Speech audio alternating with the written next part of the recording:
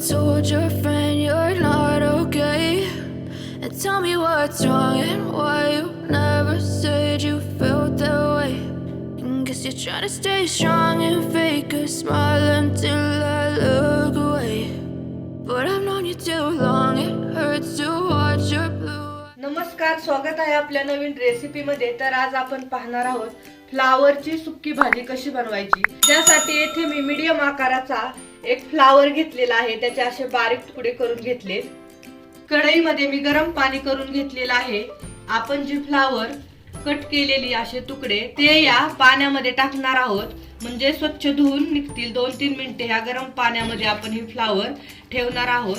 म्हणजे आळी किंवा भाज्यांवरती खूप औषध मारले जातात, ते सर्व निघून जाईल. गरम पाण्यात फ्लावर मी 2-3 मिनिटे ठेवलेली. त्याच्यानंतर त्यातलं पाणी काढून घेतलेलं आहे. छान आपली फ्लावर स्वच्छ निघलेली आहे धुवून. गॅस ऑन केलेला आहे. कढई ठेवलेली आहे. कढईमध्ये 4 चमचे तेल ओतलेलं आहे. तेल छान गरम झालेलं आहे. 1 चमचा जिरे, 1 चमचा मोहरी, 1 कांदा मी बारीक कट केलेला आहे, तो पण आपण तेलामध्ये टाकणार आहोत. 8-9 लसूण पाकळ्या घेतल्या, त्या पण बारीक कट केल्या, त्या पण आपण टाकूया. कढीपत्ता मिक्स करूया. चवीनुसार मीठ 1 चमचा. कांदा आपण लालसर होईपर्यंत परतून घेणार आहोत.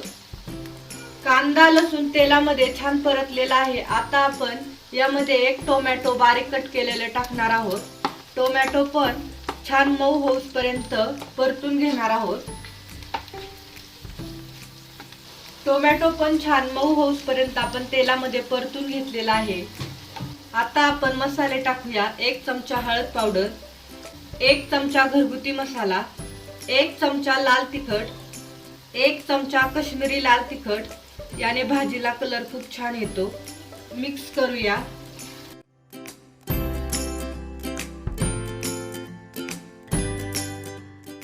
आता आपण याच्यामध्ये आपण जी गरम पाण्यामध्ये फ्लावर स्वच्छ धुवून घेतलेली ती टाकणार आहोत.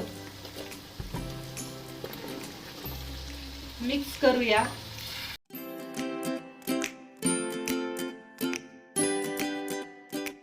फ्लावर शिजण्यासाठी येथे मी 1 ग्लास पाणी ओतत आहे. बारीक कट केलेली कोथिंबीर.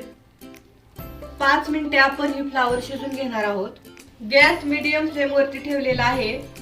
झाकण ठेवते. 5 मिनिटे झालेले आहेत. झाकण काढते. अर्धी वाटी मी भाजलेला शेंगदाण्याचा कूट घेतलेला आहे, तो आपण टाकणार आहोत.